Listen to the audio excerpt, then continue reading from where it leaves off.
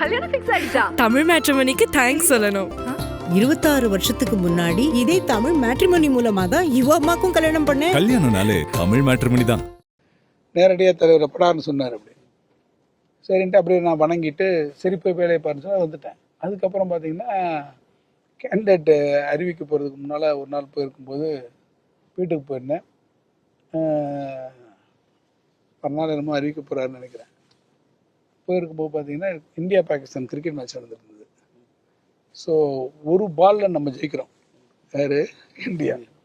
மேலே தலைவர் கேட்டுருக்காரு, கீழே சண்முகநாதன் உள்ள ரூமில் உட்காந்துருக்காரு, நான் இதில் இருக்கேன்.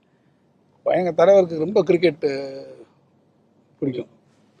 அவர் மேலே உட்காந்து கிரிக்கெட் பாலாஜி கூட எனக்கு அவருக்கு ரொம்ப பிடிக்கும்னு சொல்லுவாங்க. ஆமாம், ரொம்ப அவர் கிரிக்கெட் ரொம்ப ஆர்வமாக பார்ப்பார். பொதுவாகவே கலைஞர் வீட்டில் எல்லாருக்குமே தலைவர் வீட்டில் வந்து கிரிக்கெட் ரொம்ப ஆர்வமாக இருப்பாங்க.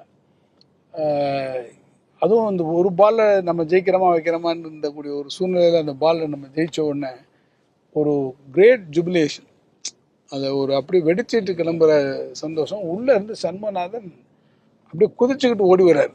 ஒரு ரூம்லேருந்து இங்கே வெளியே இருந்து ஓடி வர்றாரு. வெளியே வந்து இந்தியா ஜெயிச்சிருச்சு அப்படின்னு சொல்லிட்டு விடு விடுன்னு மாடிப்படிக்கு போகிறாரு. போன உடனே தலைவர் வந்து என்னை மேலே உடனே வர சொல்கிறார்.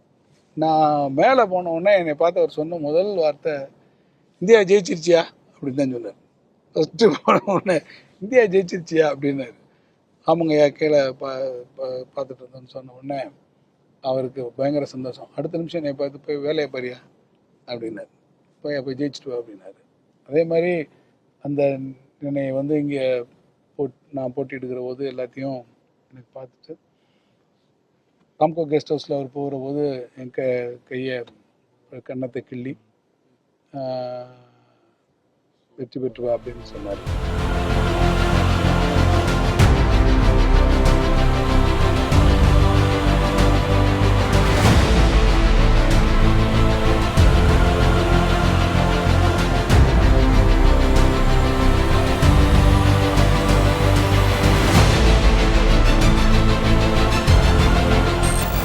இப்போ இந்த சோதனை எல்லாம் பண்றாங்கல்ல, அது இப்போ சிஎம், எதிர்கட்சி தலைவர், டெப்டி சிஎம், மினிஸ்டர்ஸ் இந்த மாதிரி எல்லா வண்டியும் நிப்பாட்டுறாங்களா?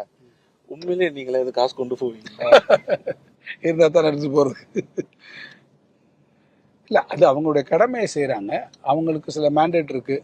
உதாரணத்துக்கு இப்போ நம்ம வண்டியை வந்து இப்போ நிப்பாட்டி பேனட்டெல்லாம் திறந்து பார்த்தாங்க, டிக்கே திறந்து பார்க்குறாங்க. அவங்க வெஹிக்கிள் செக்கப்ன்றது அவங்களுக்கு ஒரு ப்ரோட்டோக்கால் இருக்குது. எல்லா வண்டியும் அவங்க பார்க்கணும். அது வந்து அதனுடைய ஒரு முக்கியமான அங்கமாக அவங்க தேர்தல் காலங்களில் அந்த தேர்தல் கமிஷனுடைய நடவடிக்கைகள் இருக்குது. நம்ம கல்லூரி போயிட்டு இருக்கும்போதும் படித்து முடிச்சுட்டு வேலைக்கு போகும்போதும் இந்த வேலைக்கு மட்டும் நீ வந்துடாத, அப்பாவோட போயிடணும், அப்பா இருக்கிற இந்த தொழிலுக்கு நீ வந்துடாத நிறையா ஃபீல்டு நிறைய அப்பானா சொல்லுவாங்கல்ல. அரசியலுக்கு வராதுன்னு மாதிரி எதுவும் சொல்லியிருக்காங்களா? நீங்கள் சொன்னதில் எங்கள் அப்பாவும் விதிவிலக்கே கிடையாது. அவர் நான் அரசியலுக்கு வர்றது விரும்பினதே கிடையாது. இன்னொன்று, நான் பல இன்டர்வியூல எல்லாம் சொல்லியிருக்கேன். அவர் அமைச்சராக 96 வருகிற போது அந்த அமைச்சர் பொறுப்பை அவர் ஏற்றுக்கிட்ட அன்னைக்கு இரவே என்னை கூப்பிட்டு, நீ அமைச்சர் பொறுப்பு என்று சொல்லக்கூடிய அந்த வகையில் எனக்கு கொடுக்கக்கூடிய அந்த பங்களாவில் நீ தங்கக்கூடாதுன்னு சொன்னார்.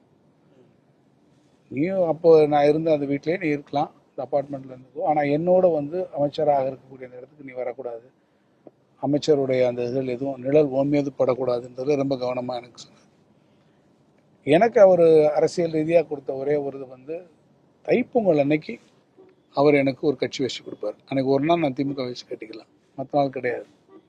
அதே மாதிரி நான் பள்ளிக்கூடத்தில் படித்த காலத்தையும் சரி, காலேஜில் படிக்கும்போதும் சரி, தலைவர் கலைஞர், தளபதி அவங்க 2 பேரும் விருதுநகர் மாவட்டம், அன்றைய காமராஜர் மாவட்டம், இந்த மாவட்டங்களுக்கு அவங்க சுற்றுப்பயணமாக வருகிற போது அந்த நிகழ்ச்சியில் நான் கலந்துக்கலாம். இது தவிர வேறு எந்த நிகழ்ச்சியும் அவர் கலந்துக்கல. ஆனால் அவருடைய தேர்தல் காலங்களில் நான் வந்து ஒரு பணியாற்றியிருக்கேன். அவருடைய நேரடி அரசியலில் வந்து ஈடுபட்டதை ஒரு என்கரேஜ் பண்ணதே இல்லை, அது வேண்டியதில்லை என்று தான் அவருடைய திடீர் மறைவு என்னை அரசியலுக்கு எடுத்து வந்தது. கல்யாணம் ஃபிக்ஸ் ஆயிடுச்சா? தமிழ் மேட்ரிமோனிக்கு தேங்க்ஸ் சொல்லணும். 26 வருஷத்துக்கு முன்னாடி இதே தமிழ் மேட்ரிமோனி மூலமா தான் இவ அம்மாக்கும் கல்யாணம் பண்ணேன். கல்யாணம்னாலே தமிழ் மேட்ரிமோனி தான்.